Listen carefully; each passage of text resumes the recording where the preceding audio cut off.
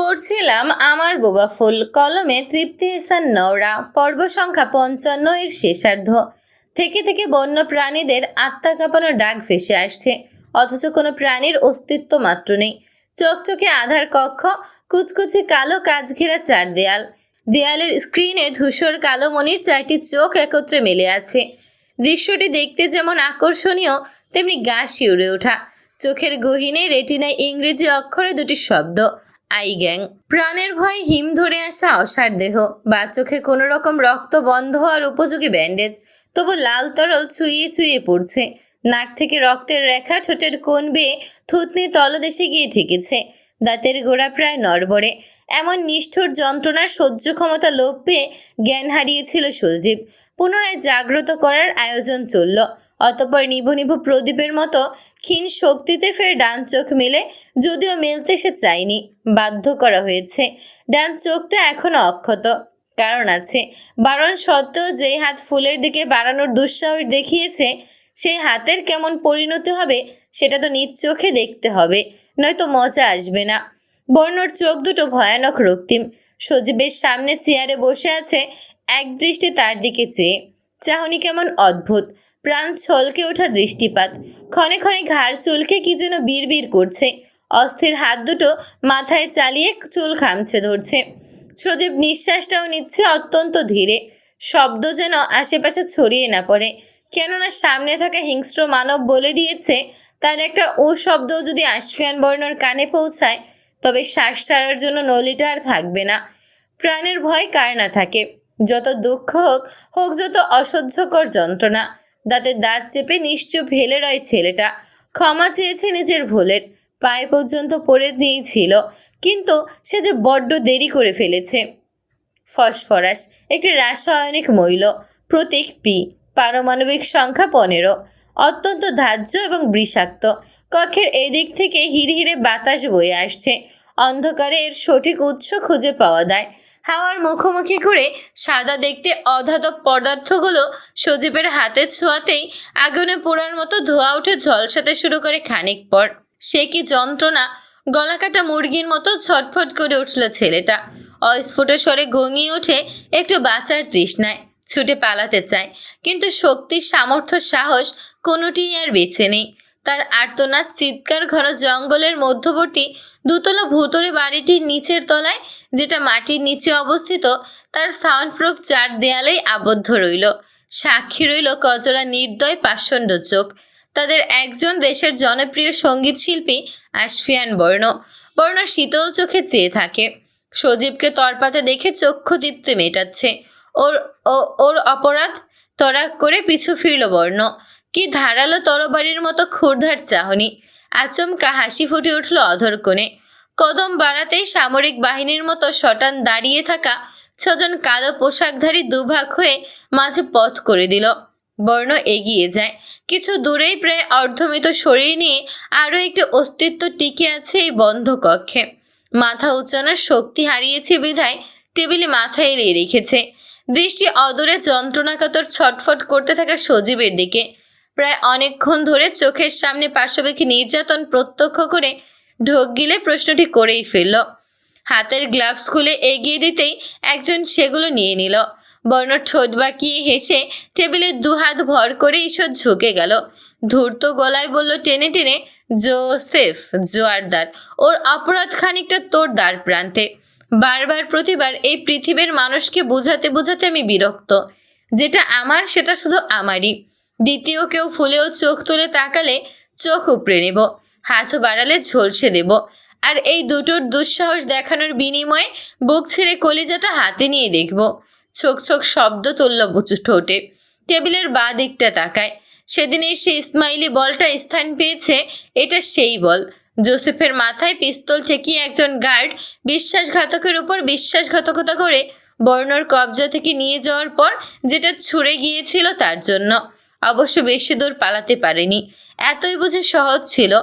দীর্ঘ 3 বছরের পরিকল্পনার সংযম পিষ্ট করে হাতের মুঠো থেকে পিছলে যাওয়া এতই সহজ। ধরা পড়ার পর গার্ড সারেন্ডার করার এক মুহূর্তে সুসাইড করেছে বিষ পান করে। স্মাইলি বলটা হাতে নিল বর্ণ। বলের গায়ে লেখাগুলো পড়ল চোখ পাকিয়ে। কপালের দুপাশে শিরা ফেপে উঠেছিল তখন, তবুও ঠোঁটের হাসি কমে না।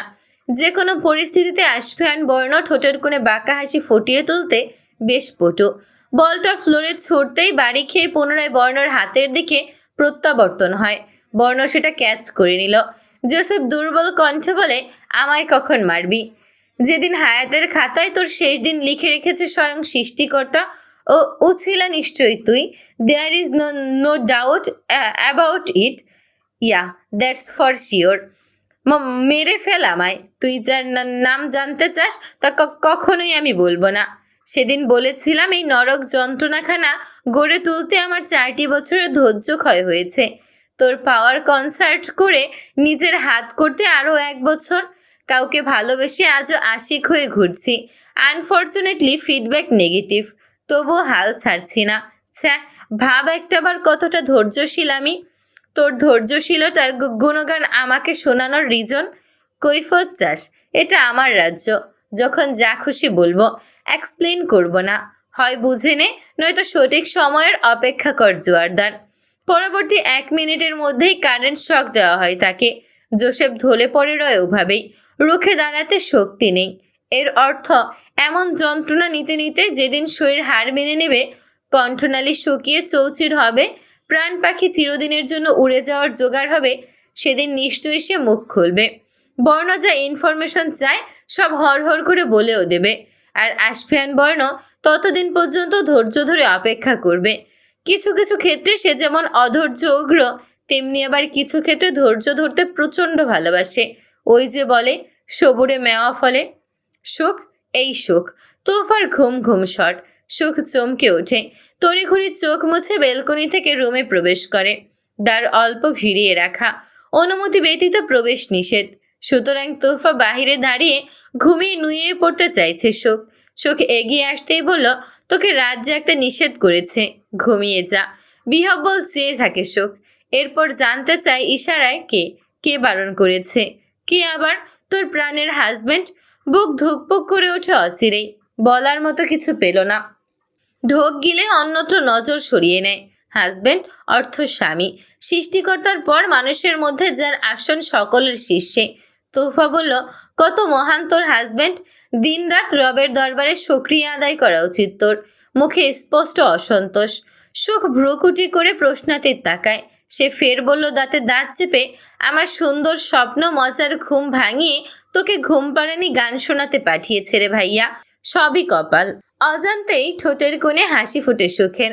পরপর ঠোঁটে আঙুল চেপে হাসি গায়েব করে মুখটা গম্ভীর করল। তোহফা চলে যেতে পা চালিয়েও হঠাৎ ঘুরে ফিরে বলল নরম গলায়, আর অস্ত্র ঝরাতে নিষেধ করেছে। তুলে রাখ, সামনে নাকি প্রয়োজন হবে। বলার ফাঁকে লক্ষ্য করল সুখের ফুলকো চোখ দুটো। খুব কেঁদেছে নিশ্চয়ই। আগ বাড়িয়ে কোনো প্রশ্ন করে না তোহফা। এটা তাদের কপতির ব্যাপার। তার তৃতীয় পক্ষ হয়ে বাহাত ঢোকানো মোটেও শোভনীয় দেখাবে না। এটা বর্ণরই রুম। সেদিনের পর আর নিজের রুমে যাওয়ার সাহস করেনি। লাভের লাভ তো কিছুই হবে না তাতে। নেওটার মতো ঠিকই পুরুষটা পিছু চিপকে থাকবে। সুখ দরজা আটকে ধীরে বেডে গিয়ে শুয়ে পড়ল। মস্তিষ্কে ঘুরছে তুফার বলা শেষোক্তটি, অস্ত্র তুলে রাখ, সামনে প্রয়োজন হবে। কি হতে চলেছে সামনে? মানুষটা আবার কি করবে ভেবে উত্তর খুঁজে পায় না সুখ। বর্ণ ফিরল গভীর রাতে। ঘড়ির কাঁটা তখন 3টা ছাড়িয়েছে। সুখের চোখে ঘুম ছিল না, তবু চোখ বুজে ঘুমের মতো পড়ে রইল নিশ্চুপ। কক্ষে আলো নেভানো হয়নি। পারফিউমের কড়া ঘ্রাণ মম করছে চতুর্দিক। বর্ণ এসে তার সামনে ফ্লোরে হাঁটু গেড়ে বসলো আস্তে করে। গালে হাত রেখে ঘুমের ভাব ধরে পড়ে থাকা কোমল ফুলের দিকে তাকিয়ে রইল নেশাক্ত চোখে। দৃষ্টিতে ঘোর তৃষ্ণা। মুখটা ধীরে ধীরে এগিয়ে আনে। তপ্ত শ্বাস আশ্রে পড়ছিল সুখের কপালে। গলা শুকিয়ে আসে অচিরেই। শুষ্ক ঢোক থরথর করে কেঁপে ওঠে সুখ। চোখ খিচ মেরে থাকে দম আটকে। কি করতে যাচ্ছে লোকটা? বর্ণ ছইনি তাকে। ফু দিয়ে কপালের ছোট্ট ছোট চুলগুলো উড়িয়ে দিয়েছে কেবল। এরপর গালে হাত রেখে আবারও তাকিয়ে থাকে নিষ্পলক। 1 হাত বাড়িয়ে ছুঁয়ে দেয় ঠোঁটের কোণ। কেমন শ্বাসরুদ্ধকর অনুভূতি। চোখ বুজে রাখা কষ্টকর। ভোরের আজানের ধ্বনিতে মুখরিত আশপাশ।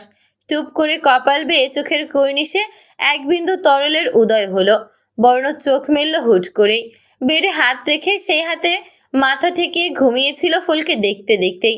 অপর হাতে চোখের কর্নিশ ছুল পায়নি, কিন্তু বর্ণর চোখ শুষ্ক, কাঁদেনি সে।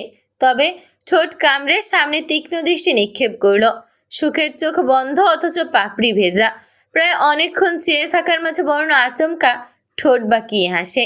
হাত বাড়িয়ে সুখের ভেজা পাপড়ি ছুঁয়ে চোখের সামনে এসে শব্দ করে ঠোঁট চেপে চুমু আঁকে তাতে। মুখটা কানের গোড়ায় এনে ফিসফিস করে, লোক লাইকে শিশির ভেজা পুষ্পরানী, মাই সাইলেন্ট ফ্লাওয়ার কুইন।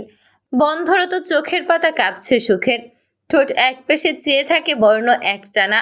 এরপর বলে গেল স্বতঃস্ফূর্তে, গেট রেডি, আজ একটা গল্প শোনাবো তোকে। খানিকটা বিরতি, এরপর বলা শুরু করে, জীবনের প্রতি কখনো ইন্টারেস্ট ছিলাম না। প্রাণের জন্য মায়া কাকে বলে ভুলেই বসেছিলাম প্রায়। কিন্তু যখন থেকে হৃদয় তোকে চাইতে লাগলো, তোকে নিজের করে নেওয়ার আকাঙ্ক্ষা যখন তীব্র থেকে তীব্রতর হতে শুরু করলো, ঠিক তখন থেকে তোকে এই বুকের খাঁচায় বাহুডোরে শক্ত করে জড়িয়ে রেখে 1000 বছর বাঁচতে লোক জন্ম নিয়েছে। এ কি হয়ে গেল আমার বলতে পারিস? সারপ্রাইজিং ইয়ার, এমন হোক আমি কখনো চাইনি। ইউ নো হার্ট, প্রতিনিয়ত তোর প্রেমে উন্মাদ হচ্ছি আমি। ভালোবাসা, এই ভালোবাসা এত সুখ কেন ফুল? সুখের চোখের দিকে তাকালো। কম্ফোর্টারের উপর থেকে ভেতরের কোমল দেহটির কম্পন নজর এড়ায় না। সুখের আঁখি পল্লব বন্ধ, তবু কর্নিশ ভিজে ওঠে। বর্ণ ফের বলে, গুণাক্ষরেও যদি জানতে পারতাম, তবে এই আশ্রয়ান বর্ণ তোর আগে থেকেই তোকে ভালোবাসা শুরু করে দিত ফুল। আমার বোবা ফুল। অনেক চেষ্টা, বহু শাসন বরণ উপেক্ষা করে বেইমান চোখ দুটো আজ ঝরঝর করে অশ্রু ছেড়ে দিল। ঠোঁট কামড়ে ধীরে চোখ খুলল সুখ। কান্নারা দলা পাকিয়ে গলার কাছে আটকে যেতে চায়।